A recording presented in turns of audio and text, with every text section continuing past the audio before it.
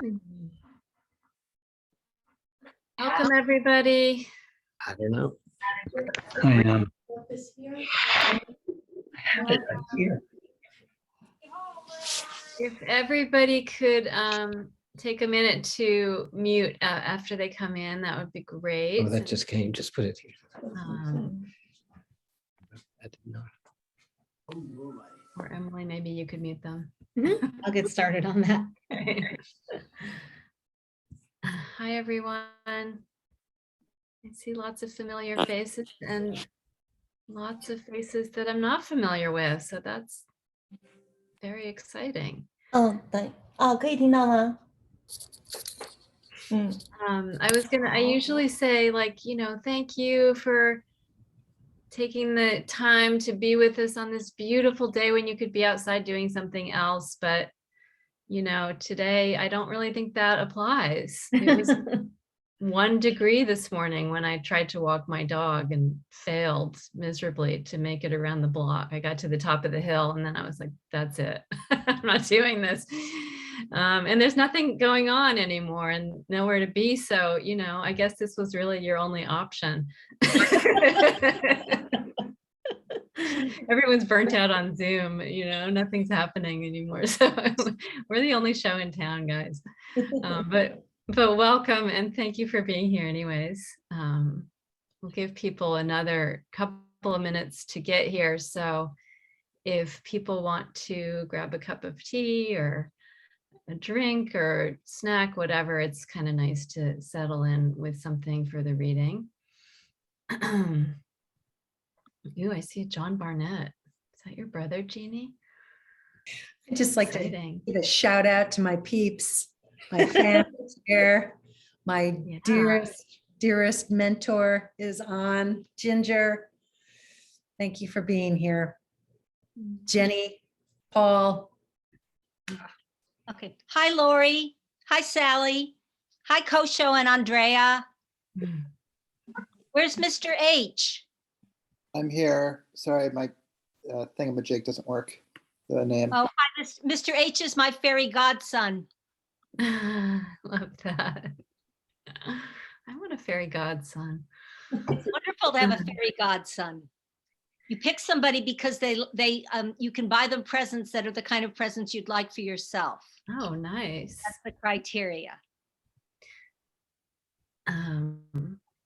So most of you know what we do here and who we are at Writers in Progress, but I think there's some new faces in the audience. Thank you so much for being here. And so I just want to introduce for a minute who we are. So Writers in Progress is the Valley's literary arts studio. We've been in operation since the mid-90s, believe it or not. I used to do this out of my living room when I lived over on Holly Street and was just a wee writer out of my graduate program, battered by my MFA professors, and started teaching workshops in my living room, and it grew. And then we got a space, this beautiful studio at the Arts and Industries building in Florence. And for many years, hosted workshops only in person in our glorious space, which we miss terribly. And then, of course, 2020 came and we suddenly had to regroup and learn how to do everything on Zoom, like everybody else in the world. And that was really upsetting at first because, we have this gorgeous space that's sitting empty, and we do hope to get back to it. It's really beautiful. But suddenly we realized, oh, now we can have people in our workshops from Baltimore or Philadelphia or Vancouver, Toronto, Virginia. So it's been this kind of wild mixed blessing to have, at least for us, to have this opportunity and this curse, of the pandemic, but also the opportunity to get to know people who would never be able to come through our doors if we were still doing everything in person.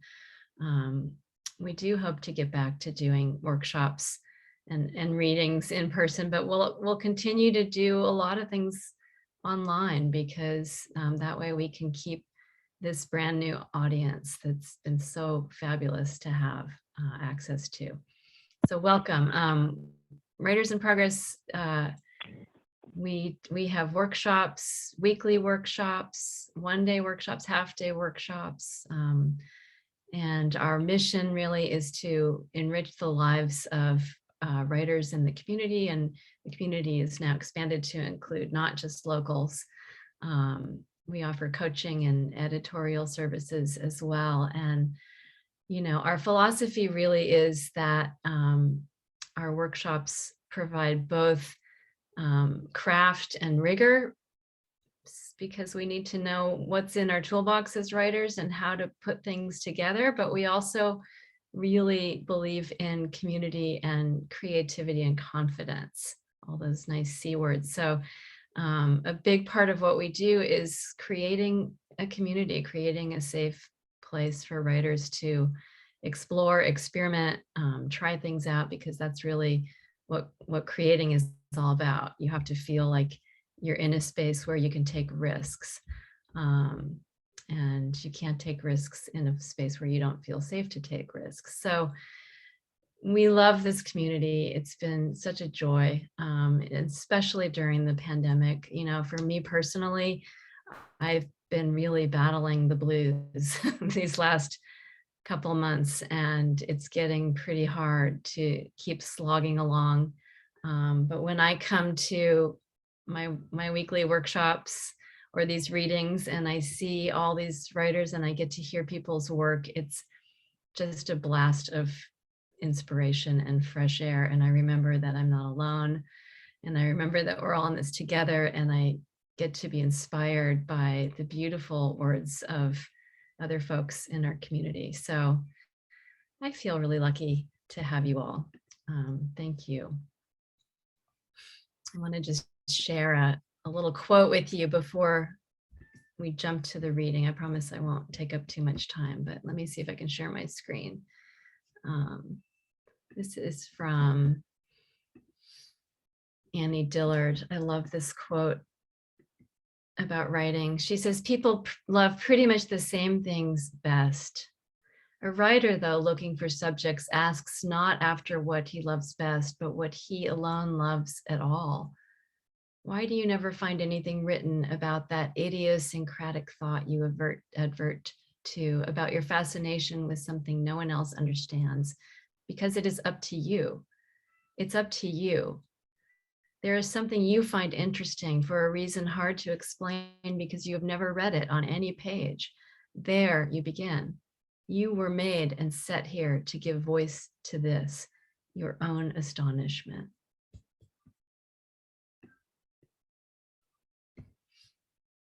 So that's kind of it in a nutshell.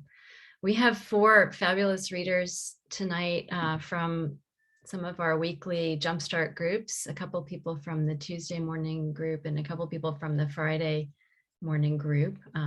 We have Susan McKenna, Steve Bernstein, Jeannie Barnett, and oh my God, I'm blanking. Susan, Jeannie, and what? Marya. Marya. Oh my God, sorry, Marya.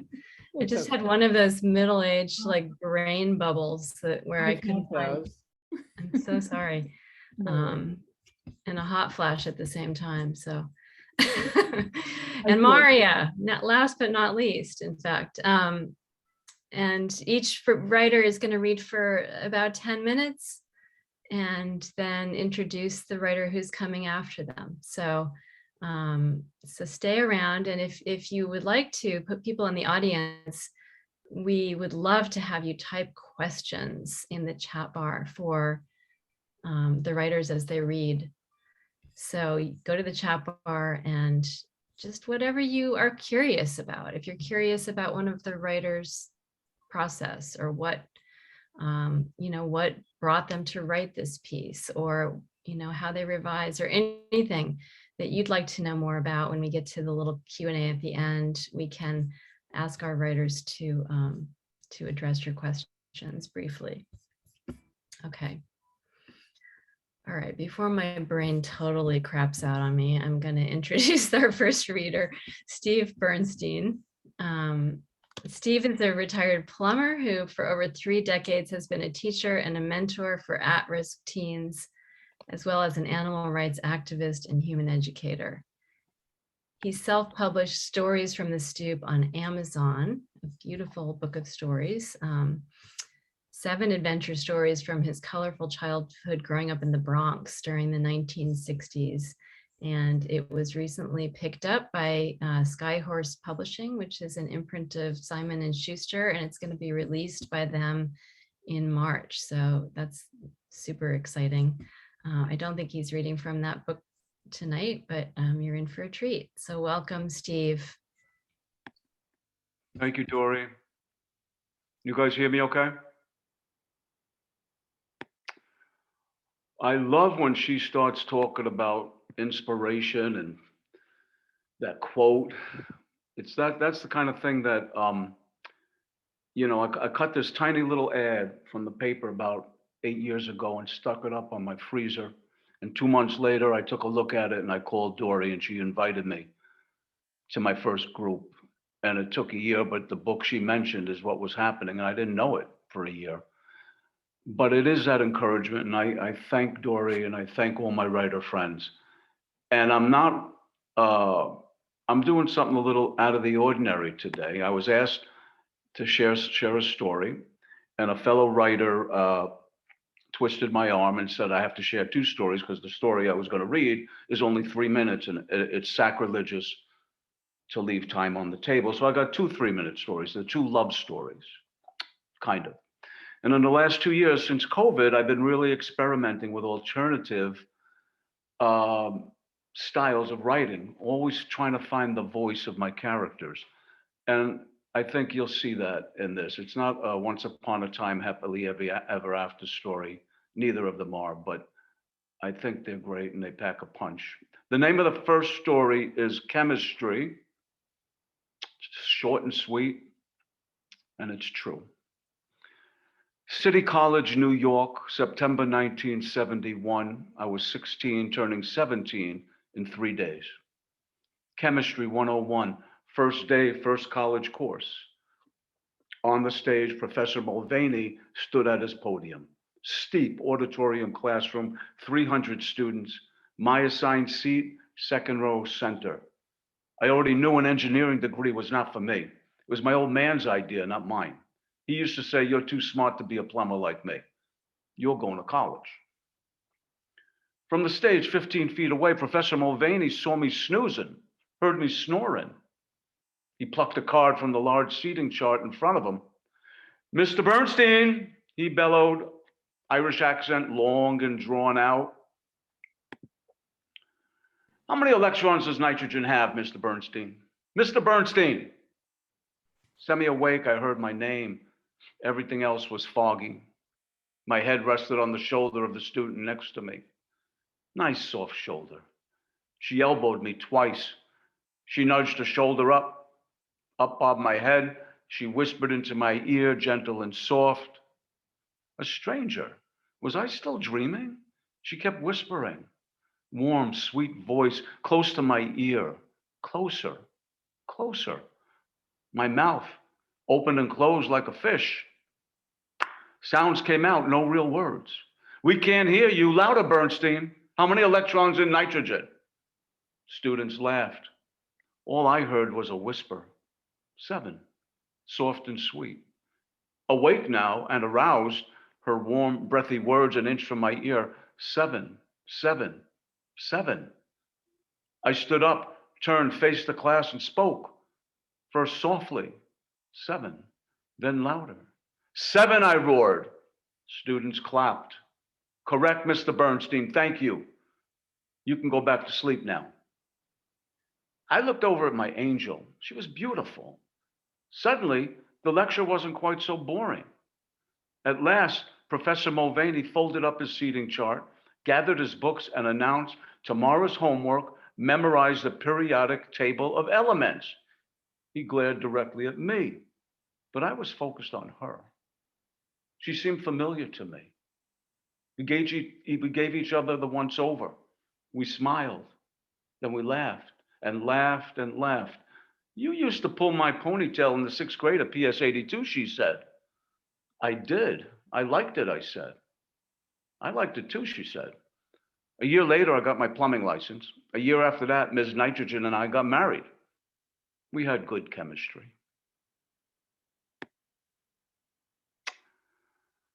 Now, that was a love story. Thank you. I can't hear it, I guess. The next one is a love story too, in a different way. And I'd like you to take a moment and just try to understand that this story is based on, if you can imagine, somebody interviewing people and their responses. So you'll see right away. I may not have even had to tell you that, it'll be obvious, but this is about my friend Joe. And I was told to plug my book. Thank you, Dory, for that. But I'm plugging it too. And you will meet Joe in this book when you read it. My best friend. The name of the story is My Name is Joe. Jimmy, son. My daddy used to miss some games. He had to work in the city, even on my birthday and Christmas. Can I tell you something else? Now I pretend daddy is in the bleachers, sitting next to mommy and my nana. Rosa, neighbor. They buy last house, end of street.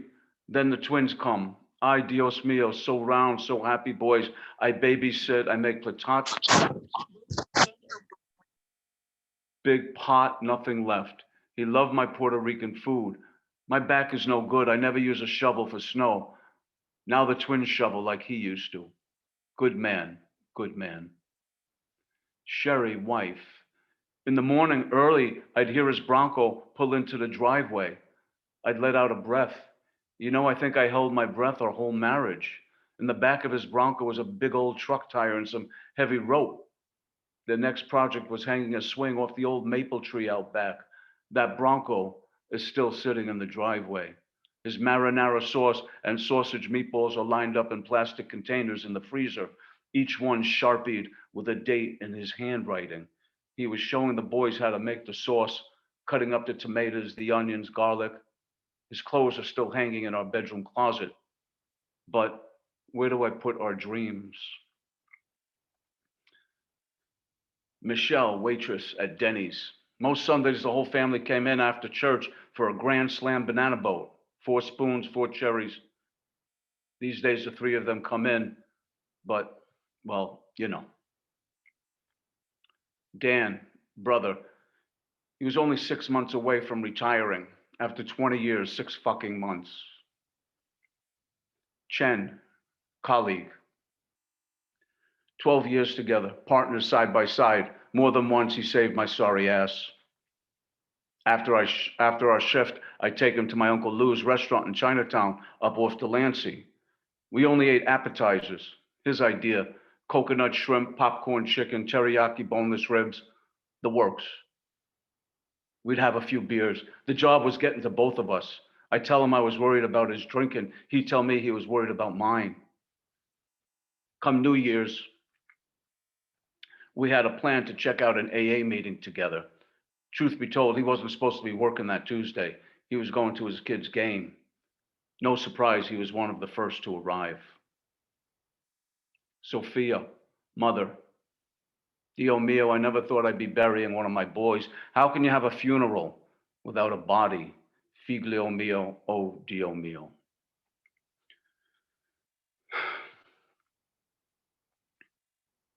Olivia, hedge fund manager at Lehman Brothers, Lower Manhattan branch.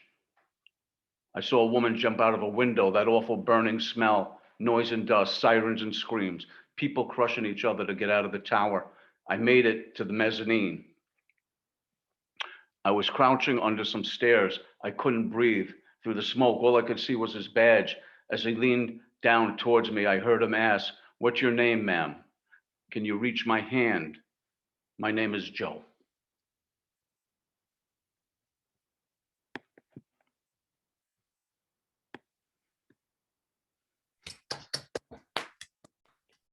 Okay. I get choked up every time I read that story. Next up is the fabulous, brilliant Susan. Susan McKenna has 3 advanced degrees, including an MFA and photographic installation. Although her theoretical and visual training informs every word she writes, it is in literary fiction that she has found her true calling. The following story, Appropriation, is an edited version of the first chapter of her next book. Thank you, Steve. Appropriation. My father died on 9/11. At least that was the story Quinn Bella would tell for years after the tragedy, even as his mother continually tried to dissuade him. It's wrong to lie about the towers. You're appropriating someone else's pain to assuage yours. While his father exists only in random facts parceled out by his mother, he comes to life in the 10-year-old boy's mind. His dad travels the world, the lead singer in a cover band called the Mighty Quinn after the Bob Dylan song. Quinn plays the music over and over, punching up the lyrics. When Quinn the Eskimo gets here, everybody jump for joy. Quinn is obsessed with Indians. He and his mother, known to all as Swan, spend weekends ransacking junk shops all over their corner of Western Massachusetts. Underneath a set of plastic cowboys and Indians, finding it out on the top shelf, his bookcase overflows with Indians and book and videos. Reservation Blues and Shadowcatcher are stuffed in alongside Pocahontas and Dances with Wolves. A rare 8mm copy of Nanook of the North is set up on a tiny projector. On 9/11, early in the morning before the towers fell, Quinn dresses for school in buckskin shirt and leggings with full headdress under arm. His wiry red braid curls down his back, a coarse shade of iron turning to rust. Swan stands over the stove, stirring breakfast in a Teflon frying pan. Quinn, I've told you time and time again, you cannot wear that headdress to school. Are you asking to get picked on? You are not an Indian. But Mom, I am too an Indian. Quinn, you're old enough to call me Swan. But Swan, what about my dad? He's Quinn the Eskimo. Quinn, in this house, we say Inuit, not Eskimo. But Mom, doesn't that make me one too? His wide, flat features belie his childlike gestures, small hands flickering as he makes his case. Listen, Quinn, my head is pounding. Be my good boy and get me some aspirin. Black lines of mascara streak her cheeks. Her tight red braid, a twin to his, has come undone. The evidence of yet another man, an empty bottle of Jack, sits in the open trash barrel. 2 jelly jars with snuffed out cigarettes have been left on top of a pile of dirty dishes soaking in the sink. Oh man, Quinn thinks, she's been drinking again. His eyes itch. His teacher told me needed an exam, but he doesn't rub his eyes. It would incite his mother since they have no money for glasses. Should he call her sponsor? Swan interrupts as though she can read his mind, reciting one of her special sayings. If you have to talk to other people, you don't want help, you want attention. She reaches across the stove and burns her hand. Look what you made me do. I told you I've got one of my headaches. The phone rings. Maybe it's her sponsor, Quinn thinks, but he can hear Swan making nice with a Montessori director. Oh man, he's in trouble now, probably for correcting his Soc teacher about the spelling of Coeur d'Alene. Maybe it was because he said Native American was a white man's racist term. Or did someone see him when he started the fire behind the school? He remembers hunching over the 2 sticks, rubbing, sweating, glancing around to make sure he doesn't get caught, willing the sticks to start smoking, his eyes burning, so desperate for his Indian heritage to burst into living flame. He remembers thinking, how am I going to go with my father to meet my people if I can't make fire after the whale hunt? Quinn, it's over, his mother says, coming up behind him, stroking his braid with one hand, serving his breakfast with the other. Parents are complaining. Your father is not an Indian.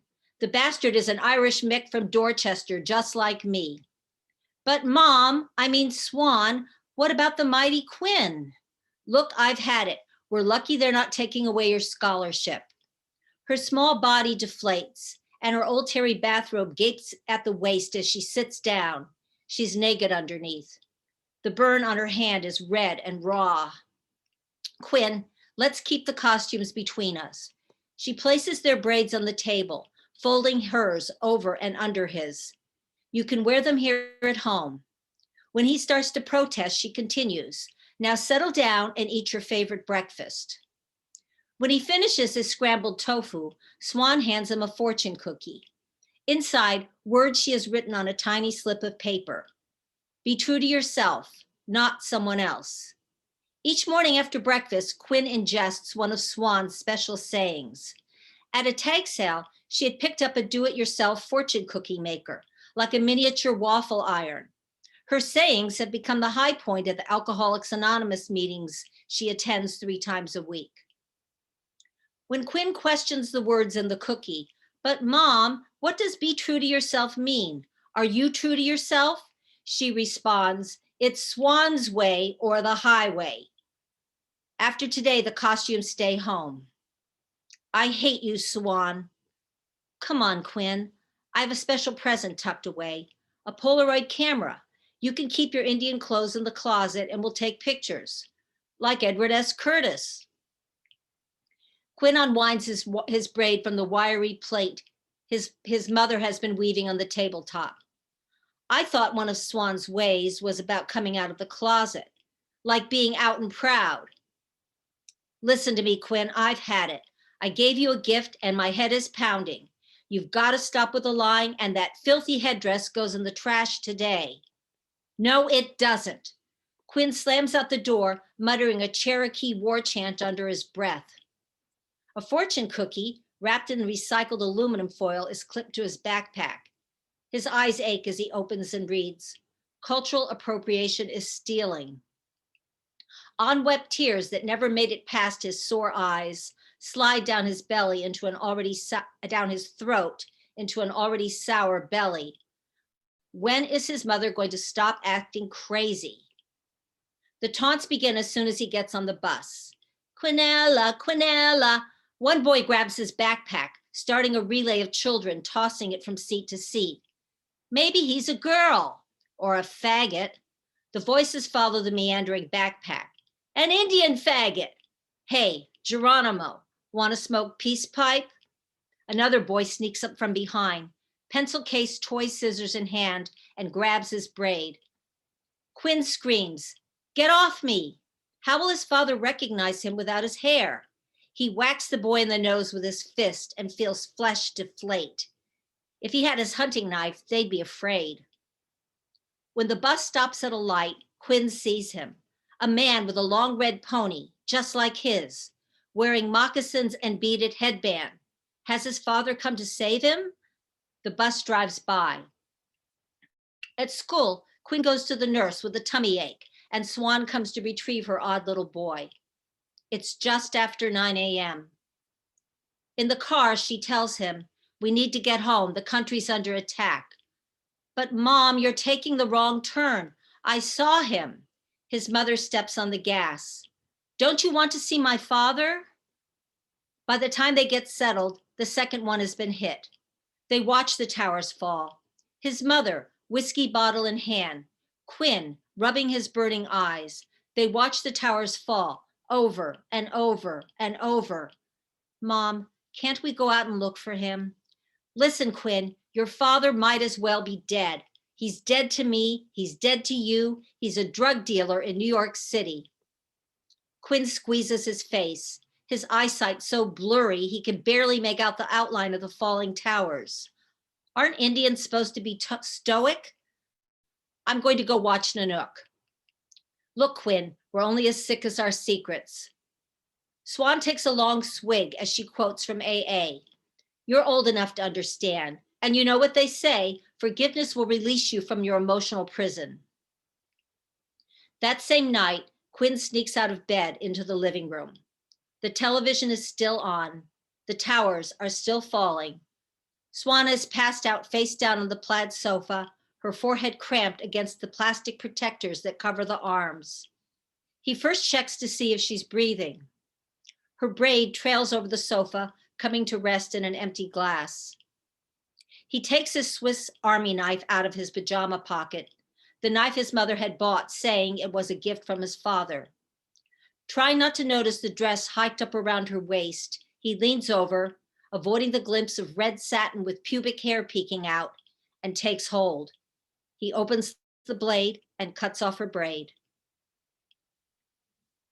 Thank you. And I'd like to thank Emily and Dory for organizing this event, and a special thank you to Dory for everything.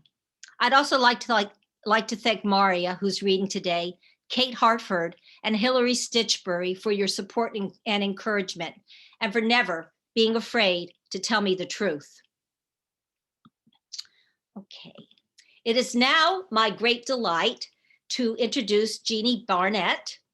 A product of the Chicago suburbs, Jeannie escaped the stifling bubble of white middle-class privilege in which she was raised by joining the Peace Corps, where she spent several years teaching high school in Ghana, West Africa. She's since pursued a relatively rewarding career as a journalist, copywriter, editor, and communications consultant, focusing on business and entrepreneurship. Having now reached that certain point in her life, she's returned to her first dream of writing fiction, if only to try and make sense of all that has transpired in the short time we've been allotted on this earth. Jeannie currently lives in Baltimore with her true love and their 2 cats. Thank you, Susan. That was awesome story. Thank you so much for everybody being here. I'm reading an excerpt from a novel in progress. This passage is taking place somewhere in West Africa in the early 1980s. We are in a capital city just a few weeks after another coup attempt has driven the government to impose a dusk till dawn curfew. Samuel, also known as Sammy to his friends, is our narrator, and in this passage is getting ready for the evening with a few special guests. This chapter is called Where Are the Girls? No sun ever rises before a sunset. It's an old proverb, still to be disproven. These days, it's the one certainty we have.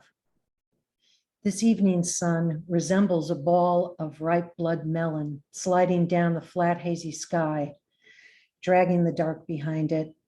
The lights, set to a timer on the generator, come on. Then the sirens that signal the beginning of curfew.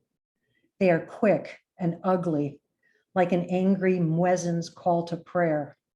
When they stop, even the insects are quiet.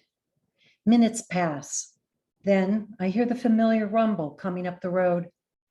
The gate whines as my gate man pushes it open, and headlights swing across the front of the house. Yabro pulls into the drive, followed by a second vehicle, a military jeep with several soldiers seated in the roofless cab. Again, he is driving the shiny black American sports car he has enjoyed for the last week, a Chevrolet Corvette. No one has ever seen such a car in this city before. I try not to think about the man Yabro has taken it from. My brother. Yabro struts into the foyer, his shoulders thrown back, one arm leading the way as if walking a wild cat on a leash, as if the 20 hours that have passed since our last meeting has made us long lost friends. His voice is deep and loud, at Hey, odds. Jeannie, can I interrupt you for a second? Yeah. There's something going on with your mic. Oh dear. And it sounds like something's hitting your mic, so it's hard to hear you. Oh, thank you. Okay, sorry about that. Pages or something? It's probably pages. I'm reading. Yeah, I'm reading from the paper. Sorry about that. Where shall I start? Yeah, go back like a paragraph or 2. Okay, so Yabro shows up in a shiny black sports car he has enjoyed driving around the city for the last week, a Chevrolet Corvette. No one has ever seen such a car in this city before. I try not to think about the man Yabro has taken it from. My brother, Yabro struts into the foyer, his shoulders thrown back, one arm leading the way as if walking a wild cat on a leash, as if the 20 hours that have passed since our last meeting has made us long lost friends. His voice is deep and loud, at odds with the small, round frame that contains it.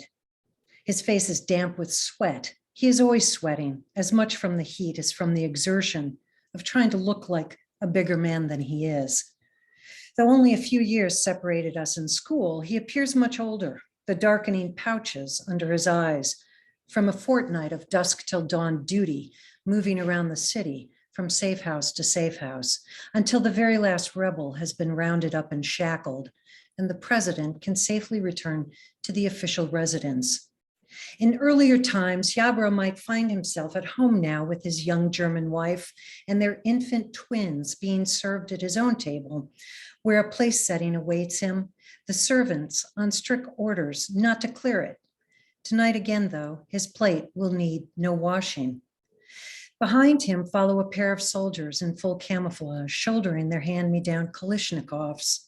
They glance idly around the room, no longer bothering to check the corners or under the stairs for a possible ambush. Yabro pulls me into a friendly embrace and slaps me on the back. His breath is sour. He has already begun drinking, having stopped on the way for a calabash of palm wine from the chop bar at the Circle.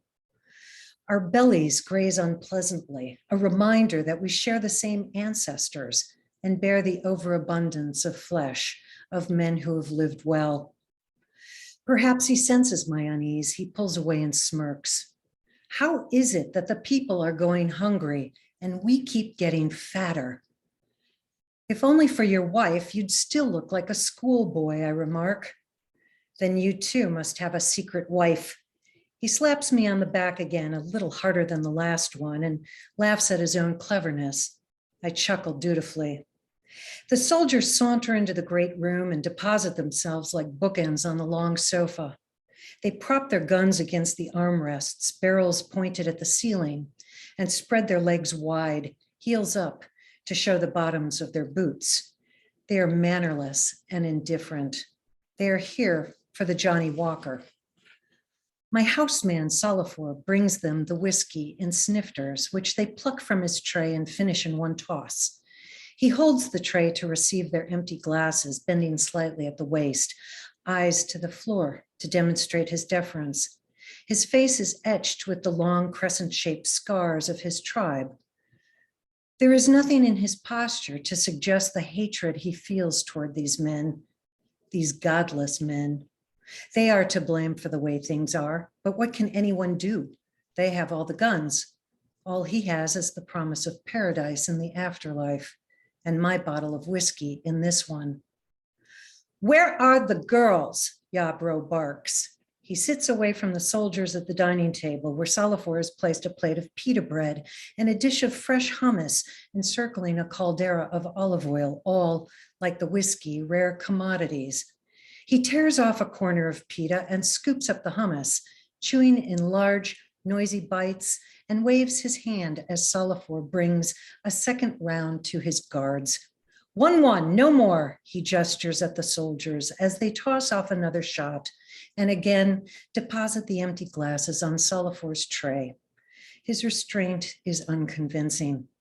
He chews his pita vigorously, waiting for my answer. Marriage has turned him into a caged animal. Since the curfew was imposed, he's also been coming around in the afternoons, bringing the kerosene he has promised for my generator, and occasionally a local girl too for himself. Tonight, though, he comes for another reason, my visitors, the 2 American women who have come down to the city from the village where they are teaching the local children and are now upstairs in my guest room dressing for dinner. Ah, they heard you were joining us tonight and want to make a good impression, I lie. I'll go see what is keeping them. I climb the stairs to the second floor, my slippers scudding across the cool tile to the bedroom opposite mine. The door is closed. I listen to their voices like tiny bells. Even in these days of scarcity, when nothing is coming in and there is nothing to send out, these women are in my house. It is good to have women in the house. They make the air sweeter. Girls, I call and rattle the latch. Their voices stop and the door opens a crack. A mouth, a nose, one eye, blue. The yellow-haired one, mine. We're not decent, her lips say, smiling, but scolding too, already sounding like a wife. My limbs buzz, just the thought of my lips on her the night before. I want to push my way in and pull her onto the bed, grab the other one too on the way down, a breast in each hand as I bury my face in the tangle of their hair.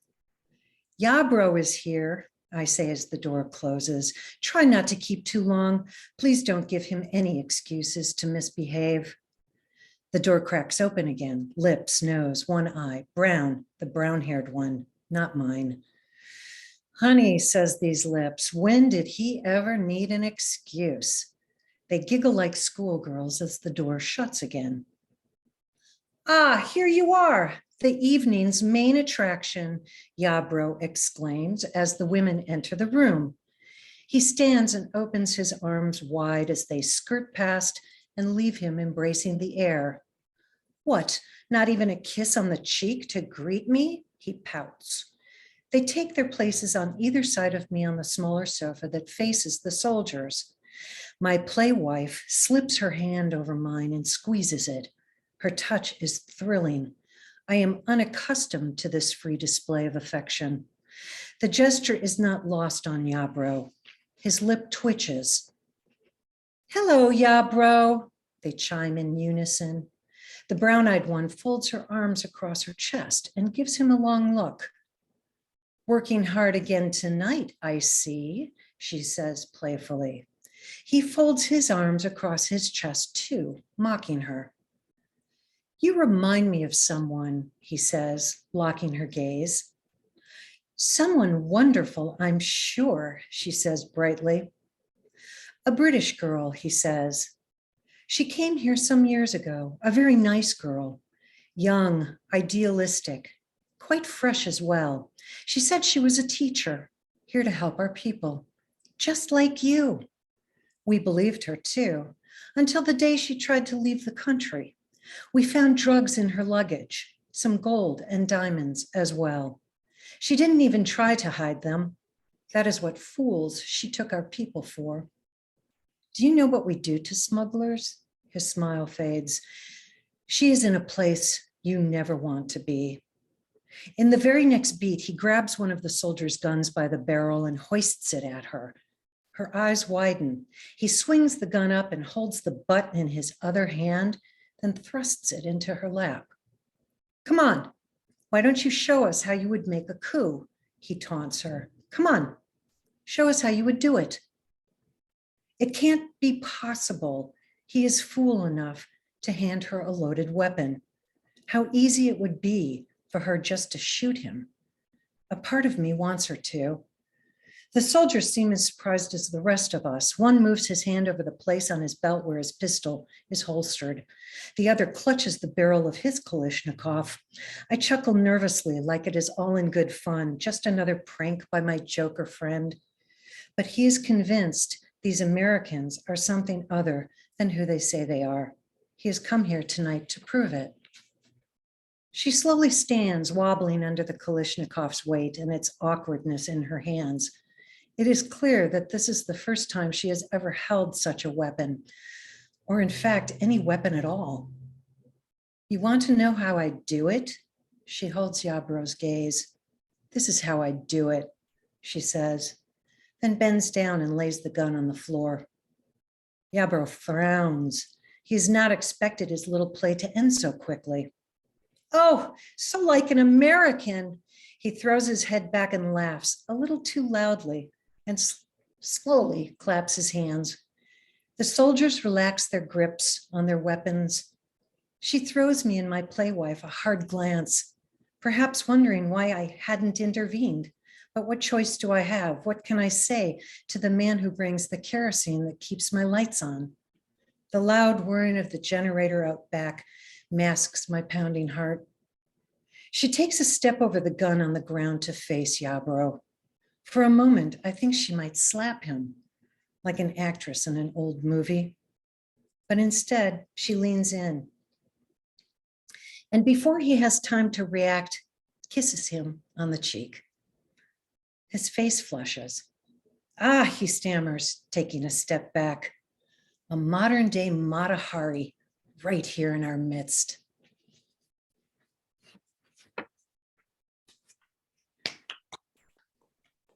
Thanks for tolerating my old-fashioned read off of paper.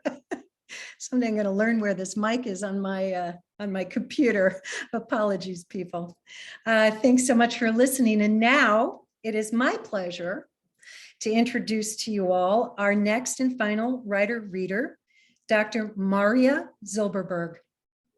Once an ICU doctor, Marya hung up her stethoscope for a career in health services research. She joined Writers in Progress to blow up the turgid style of her academic writing.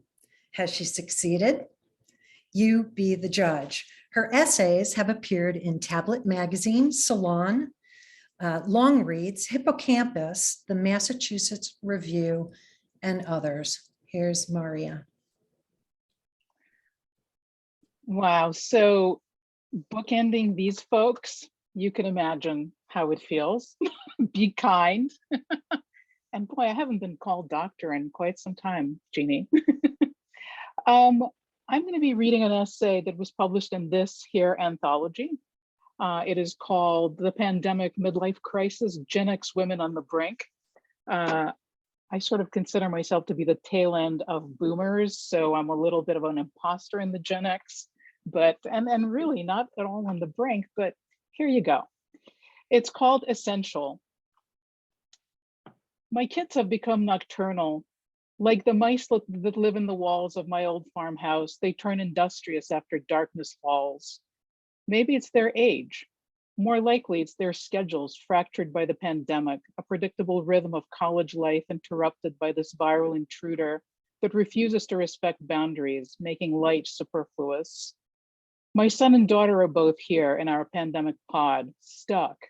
Extroverted youth derailed into forced insularity with their rapidly aging mothers. From my bed in the thick darkness, I hear their footsteps. My 6-foot son's paradoxically quiet, like padded feet of a cat. My daughter's like an infantryman's. They've always been like this, even in utero. His ultrasound peak found him floating in the amniotic fluid with the equanimity of the Buddha, sucking his fingers, the same ones he would suck to soothe himself after he popped out. When my spouse was pregnant with our daughter, we used to lie in bed and watch her globular belly, its skin shiny and taut, peak like a tidal wave as our fetal girl put herself through her paces, elbows and heels cresting and falling. Sometimes we'd grab her by what felt like a foot, and she would yank it with surprising deftness and whoosh it over to the opposite side away from our grasp. As a child, she would toddle over to our bed and insert herself diagonally between us, thrashing in her sleep, pushing us to the very edges. My kids' small, predictable actions are comforting amidst this raging uncertainty. Some nights, the aromas of broth and sesame oil waft up as they cook ramen. Its residue lingers into the morning hours, smelling like a distant skunk in light distress. Peals of laughter awaken me at 3 a.m. as she shows him some funny character she's created on her iPad, or as they commute virtually with their pals, similarly imprisoned in their families' homes. Like the careening mice whose ghostly presence I see in tiny piles of plaster dust in the corners, the kids leave traces for me in the morning. A few grains of rice on the granite counter, a pan on the stove with a single dried noodle stuck to its side. It annoys me when they don't clean up after themselves, but it's an insignificant annoyance, and I cherish my quiet mornings in a tidy kitchen too much to wake them up, so I pick up while the kettle boils. My body has been breaking down in petty and ill-timed ways. I postponed my eye surgery when the winter and willful denial from the president and his henchmen accelerated the infections. Early in the quarantine, I watched a crown from one of my teeth tumble into the sink and disappear down the drain as I frantically tried to halt its slide. I froze, stupefied, fearing having to deal with it, having to actually call the dentist, fearing the hour in his chair with my jaws pried open, the whining drill spraying chips of my tooth onto the dam stretched like a trampoline across my mouth. I stood there plotting the dismantling of the trap, the fishing out of the crown from a tangle of hair and soap I would invariably find there. My rational spouse prevailed, and I decided to let it go, convinced in the end that there would be no way to get it clean enough to be of any use, even as a temporary mitigation. The pandemic gave me an excuse to delay seeing the dentist until after I'm vaccinated. Instead, I ordered a fix-it-yourself temporary tooth kit. It's still sitting on my desk, but in researching it, I learned of a whole underworld devoted to the amateur art of home-based dentistry, spawned of pecuniary necessity by those who serve us in our time of need and whom we first forsake in theirs. The house and its appliances have taken a hit. My main oven's heating element decided it had had enough and went on a strike last March, just as I slid my first sourdough loaf in.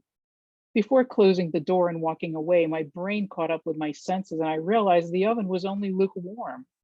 I've lived through the pandemic using my much smaller side oven, determined to continue with my inchoate homesteading. The plumbing has suffered too, no longer willing to put up with such steady use. First, it was the shower in the master bathroom. The leak underneath prompted a ceiling demolition. Freed pieces of plaster and a steady stream of water trickled down a funnel we created from a green plastic tablecloth and tacked up to point the fallout into a bucket while we waited for our plumber to show up, masked and heavy-booted, and shut off the water. The kids' bathroom went next when we discovered a drip downstairs below it. The plumber had to return, tramping in the unseasonable mud. We're now down to a single shower and only 2 toilets that work.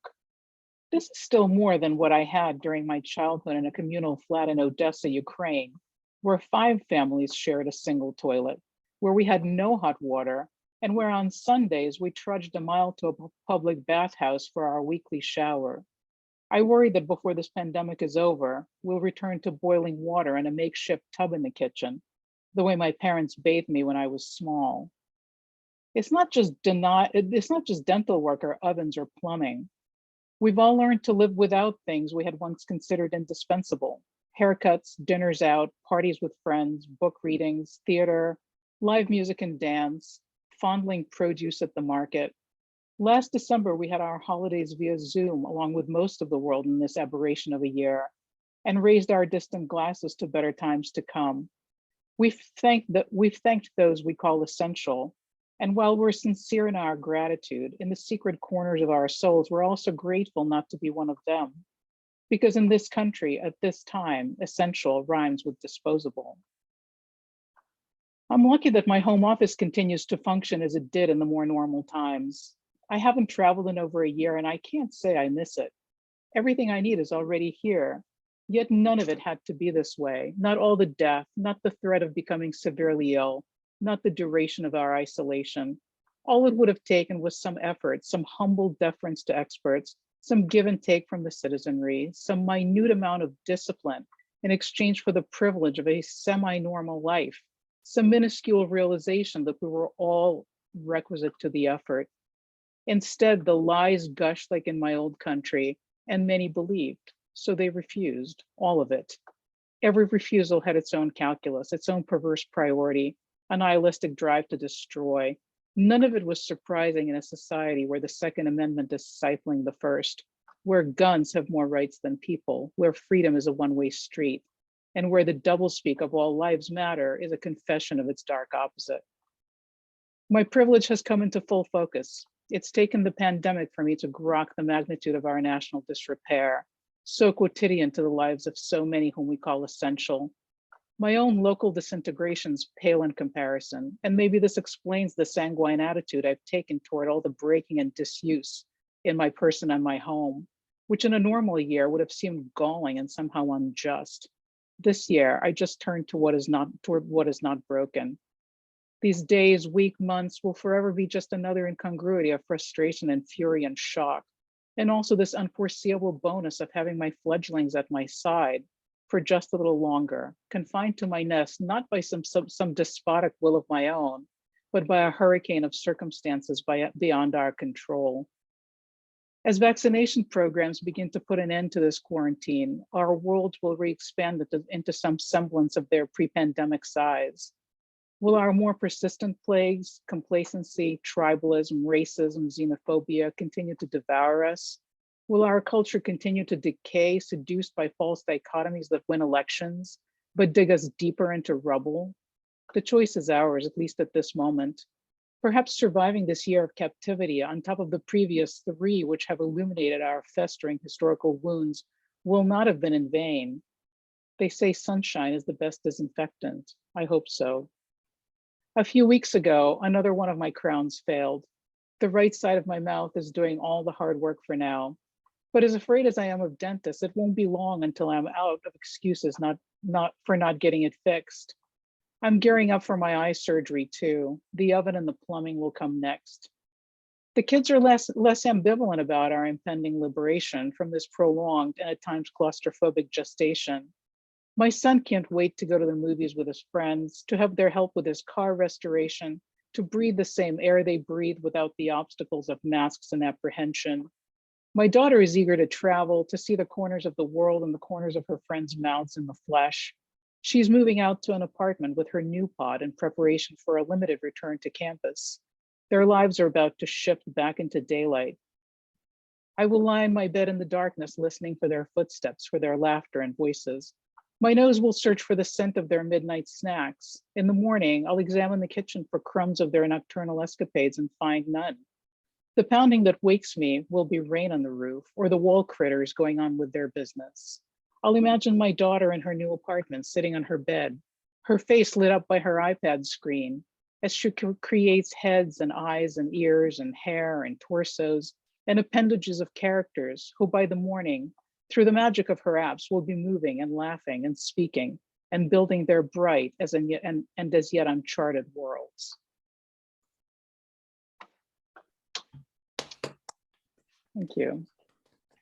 I want to second, and I speak for everyone probably who read and who listened. Thank you to Dory and to Emily for creating this community, maintaining it in this very strange time we're living through. And thank you everyone for being here. Thanks, Marya. Beautiful. And I do know who you are. But do I? I'm not sure I know who I am, but that was gorgeous. Oh my God, what beautiful readings. Thank you all so much. What a treat. Just, it's like a smorgasbord of delicacies. So let's do a little, just a little brief Q&A on what you've all heard. There's a few questions that have come in. So I'm just going to dive right into that, if that's okay. And thanks again for this very inspiring readings. The first question, I guess we'll just throw at Steve. Steve, somebody wants to know how you got picked up by a publisher. How did that happen? Well, I'd like to say it's because I'm a genius or a prodigy, but I don't think so. I think, or lucky. I think there's some luck, but your book was on Amazon, right? And then yeah, I self-published on Amazon. I learned the system, got a bunch of great reviews. I actually had somebody help me ramp up, I guess what they call the algorithms. And then pretty much fairly quickly, this pretty renowned publisher got in touch with me, invited me down to New York. I brought him some homemade cookies and we shot the breeze, and he told me about his old neighborhoods in Manhattan and then offered me a contract. I think the takeaway for anybody interested, in my opinion, is publishers are trolling Amazon. There's a whole bunch of us out there, good writers, who probably don't want to deal with the nonsense and other aspects of agents, etc. So that's how I think it happened. He as much as told me so, that he keeps his eye on Amazon. But in my book in particular intrigued him personally because He was about a generation younger than me, but definitely from the city.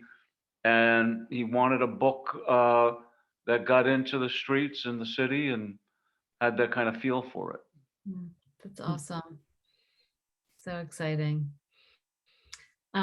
Here's a question for you, Susan.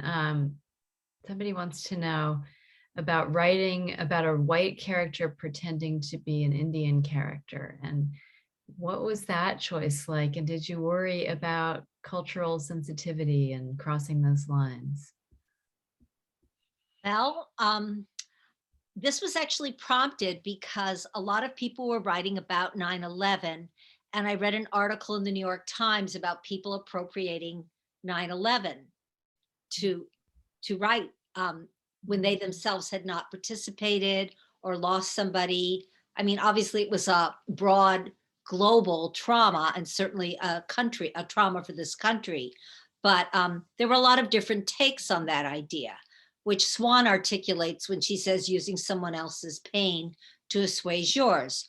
So then Quinn just kind of appeared as a character.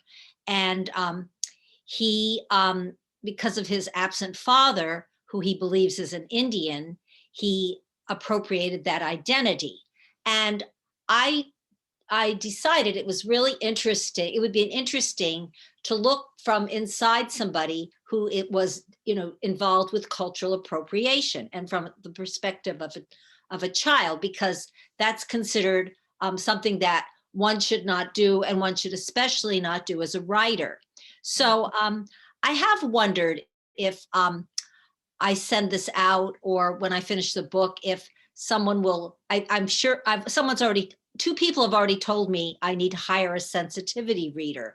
And while I know sensitivity readers have a place in the publishing world, I found, as someone who has a doctorate in media studies and taught media theory and cultural studies for many years, I found a lot of their feedback to be very simplistic, to sound like 1970s media analysis. I do have a close friend and colleague who is an American Indian and an attorney who has read it, as has her husband, who is also on, I would just say, national boards for recognition of different tribes. And they think it's really interesting that I'm coming from this perspective, because I'm not exactly writing about Indians. I'm writing about a white person who thinks they're an Indian. So it's kind of boxes within boxes. And in the rest, later on in the book, he tells people that his father died on 9/11 because he died for him on 9/11, but clearly not in the towers. Interesting. So it's like you're really pushing those boundaries, which is wild and brave. I like that. Thank you. Thank you. Since we're talking about perspective, Jeannie, why did you decide to write your story from the perspective of Sammy rather than one of the women? And is the whole novel from his point of view? Thank you for being interested in this. First of all, I started writing this probably back in 2010 or 2011 after trying various ways to tell this story, which is actually something that happened to me. And I, over the years, tried to find a way to tell it and walked away from it a lot because of many things we're talking about right now: cultural appropriation, and a white girl in Africa, and the unintended consequences of do-gooderism, and whatever other labels were really suppressing my voice. And there was a point in my life where I just started channeling male voices. I don't know why or what, but it came to me after this friend of mine, who is Sammy. I realized he just vanished. And so I started channeling him and felt that this was the voice I wanted to tell this story through. And as I've come back to it over the years, I've finally found a way forward where I really want to tell this in a variety of different POVs and voices, where he is not going to be the only one.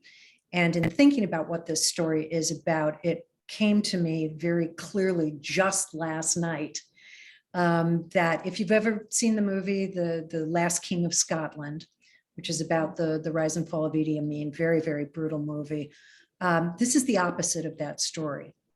And so I just am so grateful for the kind of support I've gotten through this workshop to see this through and to really understand, gosh, what is this about and who should be telling this story? That's so exciting. So we're going to hear from the other characters as well. I think so. I think that's what my intent anyway. Yeah, that's great. Marya, I have a question for you. This is my question. That you mentioned making the switch from academic writing to personal narrative, and I've known a lot of writers who struggle with that, and I'm just curious if you could share something about what that process was like and what was the hardest thing about it. It's actually not a switch. I still do quite a bit of my academic writing. I think actually the challenge has been sort of in the opposite direction, keeping my sort of creative voice out of my academic writing, because, there is such a formula to how to write, within your field. And sometimes my co-authors will sort of put slash marks through some of the more colloquial ways I try to introduce, more fun ways I try to introduce into my academic writing. Yeah. So, but yeah, it's sort of, dislodging this this sort of very staid and solid and boring, vocabularies. Well, your writing is certainly not any of those things. So Well, so thank you. gloriously I'll try. lyrical, so beautiful. And here's a question for each of you. So I think it'd be fun to just kind of go around and hear from each of you on this one. How do you choose what to write about? Like, what is it that grabs you and makes you want to write an idea and makes you want to like go into it? Steve, you want to start? Yeah. These days, it's really quite easy, as my group probably realizes. First of all, I fairly strictly write from my life. So, on a daily level, certain things occur. I have an automatic antenna that tells me something is interesting, not just for writing purposes, just interesting things in my life. But now that I am a writer, I am paying attention and I make notes during the day. And there's so much that's interesting, but there's quite a few things that rise to the surface for me, and it's usually when if it's from my life. So I'm usually hearing a voice from an individual in the world that really strikes me, it really impresses me, it really saddens me. Whatever it is, I call it a magic moment, and I write it down. Mm-hmm. And consequently, it feeds my writing practice endlessly, because I find life and people and events in the world fascinating. The difference now is compared to before, because I always felt that. The difference now, thanks to you guys, is I know how to write a little bit. And that elevates those moments to life, gives life to those moments. And I'm so grateful, because it was stuck inside of me otherwise. But I write about almost anything that inspires me, which is almost everything. Do you think you're going to write more stories about that time period of your life, meeting your first wife? Well, yes, I wrote just recently, and I'm gonna edit it, but I wrote the next story in line from my book, which Okay. includes that among other things, and then it not jumps, but it moves to probably age 24. My book ends at 17, and you'll see that next. It was quite a challenge, because I never thought, quite honestly, nothing jazzed me up like my stories from the stoop. Yeah. But I'm finding that that's not true. That's great. Congratulations. Jeannie, what about you? How do you choose your subject matter? I very much informed by my personal experience. I don't think, however, I'm at all interesting. So I'm always thinking, this could be turned into a short story if it only had more interesting characters. So I try to, and I've always seen the way we were trained, because I always wanted to write fiction and write characters, to see life like a story unfolding. It's just been interesting because a lot of the things that I've written over the past 20 years, I am revisiting with what feels like brand new eyes. And it's so much more accessible to me now to think about these episodes that I wanted to turn into stories. That's great. Thank you. Marya, what about you? What draws you? Well, it's a little bit hard to know. I think I started writing out of frustration. I wrote a healthcare blog, a healthcare policy blog, essentially during the time that we were trying to get single party payer. And I found it so frustrating, and the level of sort of, general population's understanding of it, all so ridiculous. So I kind of, it was frustration that got me started. And then now I think it's more about, like at the risk of being a cliche, it's about trying to find out, well, what do I think about something, or how do I feel about something? Is when I'm wrestling with some idea. And boy, the last 5 years has certainly brought a lot of those wrestling matches into full view for me. So that's kind of where it comes And from. I always notice that in your pieces, you seem to layer in your backstory with things that are sort of culturally relevant now, and which I always love. Thank you. I mean, I believe it or not, I was in the closet for a very long time about being an immigrant, because I came here, I lost my accent, I assimilated, and in my 50s, when I hit my 50s almost a decade ago, it became something that needed to get out of me. So it pretty much informs everything I write. And Susan, what about you? What draws you in terms of subject matter? Well, as most of you know, I get very involved with these characters, and I feel like I channel them. Those who've been in the beautiful studio writing with me have more than once had to ask me to be quiet because I start doing the dialogue out loud, I mean, I've bought Quinn some presents, and I've had a dream where I was Quinn having the dream. So I've really entered into this one, and it's a very interesting one, because I would say on the surface, he's the least autobiographical character I've written, but I tend to agree with Kurt Vonnegut, the great sci-fi writer, who, when asked what was the precipitant for his writing, answered, "Why, my family, of course." So that's what I would say. Of course. I can't relate to that at all. And And like, and here's like another- Steve, I'm sorry, go ahead. You go. I was just going to say, and like Steve, I have those magic moments where I move through the world. It's really wonderful being a writer in the world. It's like being in love all the time, because you kind of pick up on these things, and there they are. And it's like this gift that appears to you that you can do something with. It's So true. I really related to what everybody said, but to that magic moment in particular. That's really cool. Thank you. Several people have asked about process and revision in particular. And, that's kind of what I'm obsessed with right now, having just finished a third draft of a book and realizing that I'm not done, that I have to revise yet again.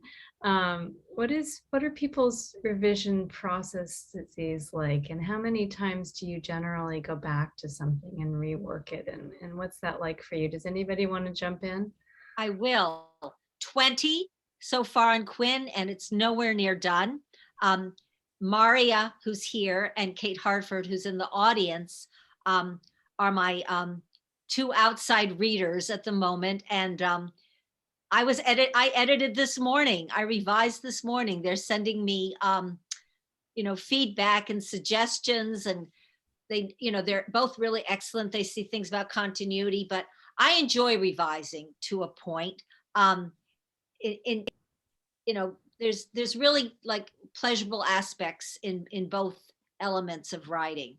But I would say I've been through Quinn at least 20 times at this point, and I expect to go through more because it's the first chapter. Mhm. Great. Well, Jeannie? I feel like I'm a much stronger editor than I am a writer, because writing is really blood, sweat, and tears, and editing is just like, cleaning the crumbs off the counter. I'm thinking of Maria's, but somebody, I don't know if it was Hemingway, said that writing is rewriting, and if I fall into the pit of not being able to get that shitty first draft down on paper, because I get to a certain point and then I want to massage and re-massage. I probably have written this passage, rewritten it at least in different incarnations over the years, half a dozen times. For some reason, it's simply now catching. And so I have a way forward. And I think that you read an Anne Lamott quote that I thought was really, really important, to understand that just get the crappy first draft down, just get it down. I once talked to the writer Jeanette Walls when she published Glass Castle, and she said, I wrote that book in 2 weeks. And I went, oh. She said, it took me 5 years to rewrite it before I published it. So, nothing's set in stone, but it's just getting the whole thing fleshed out. I think that's the real challenge. Yeah. Marya, what about you? You revise a lot, I know. I revise a lot. Roxane Gay, of course, she can afford to say this, but she says, don't be too precious about, revising way too much. But, I don't think I'm being precious. I think, it is all about, the shitty first draft is a shitty first draft. And then I have to go and start pulling on threads and really understand, well, what am I really writing about? What is this essay about? What am I trying to say? And then I also sometimes, and I think this is, for me, revision is sort of the perfect combination of luck and skill. And, skill is something I can build, but luck is just, it's one of those things that, and sometimes, I'll just revise the crap out of something, and then I read it and it's so terribly overwritten that, I just went way too far into the revision space. So it's very hard to strike the right balance. And for me, it's not unusual to have, draft number 37 that I'm working on. So, there's a lot of stuff that doesn't see the light of day just because I can't find my way out of it. Yeah. But sometimes it works. That's really interesting, because I think one of the things I'm noticing in my own revision process is that I worry that I'm going to revise the life out of something. Yeah. That I'm going to lose that original freshness or rawness that was there. So that's, yeah. How do you deal with it, Steve? Well, I don't really. Truthfully, I'm so happy I've settled on real short stories, as my fellow writers know now. And I'm doing this whole series of just telling about conversations I have with my students where, what am I going to revise? But to me, they're standalone beautiful. But when it comes to a short story, maybe like what I read today, I am not a writer at all without my best reader. So I would have to say, I wouldn't be writing, I wouldn't be in this group, I wouldn't be talking to you today if I didn't have people that could read my stuff, and thankfully it's short, and help me with it, because I'm too close to it. And sometimes I get sick of it. But the truth is, my favorite reader it and is it, she's not so attached to it like I would be. And it's really helpful with cranking out beautiful products. So I don't see how anybody could do it on their own, to be honest with you. Yeah, it really does take a village sometimes, or at least another person. Wow. Thank you all so much. I'm going to end it here just so people can go have their dinner and stuff, but it's been so gratifying to hear all your pieces come to life and to see the progress that you've made too, because I've heard earlier drafts of all of these. So it's been really fun to hear the changes that you all made in your gorgeous readings. I want to just plug a couple of workshops that we have coming up before we go. There's a bunch of really good workshops coming up in the tail end of January and February, including Sarah Browning, who is our new resident poetry expert and published poet, is doing one on publishing your poems coming up on January 29th. Another poet that we have on board now, Michael Mucurio, is doing a workshop on language called Writing to Astound. We have Emily Nagoski, our resident Tuesday morning rock star, who's doing her annual writing sex workshop in February 12th, which is always like an enormous hit. And I think there's still a couple spaces if you want to experience Emily. She's dynamite. And Randy Susan Myers is back doing an old favorite called Building a Book with Good Bones, which is all about, it's kind of like a crash course in structure. How do you put together a book structure? And people rave about her. She's fantastic. Yeah. She's hilarious. She knows what she's doing. She's great. That's awesome. Yeah. And then Kathy Luna is doing one on memoir. We have Emily Lackey coming up with elevator pitches and cover copy.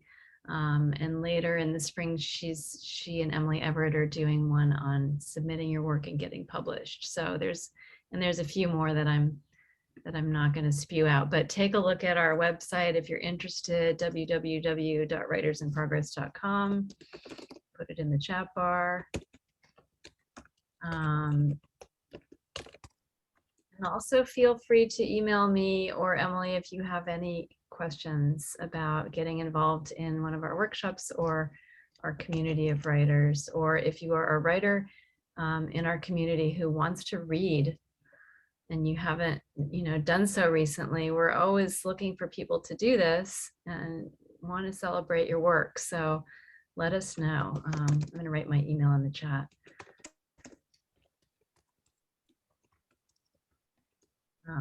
So let us know if you'd like to do this. We're trying to do a reading every other month, and hopefully we'll be able to do some of them back in person, although I keep saying that and then, it doesn't happen. So I don't know. We'll see. Anything's possible at this point, right? Like all bets are off.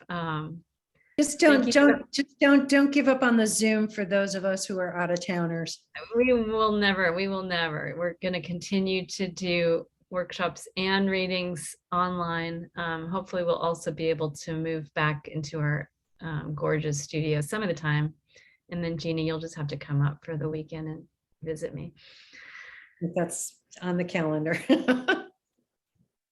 Thanks, everybody. This was really fun. It's great Thank to you, hear. everybody. Thank you, everyone. Thanks, everybody. Thanks, everyone who showed up tonight. Really appreciate you being here. Thank you. Bye, everybody. Bye.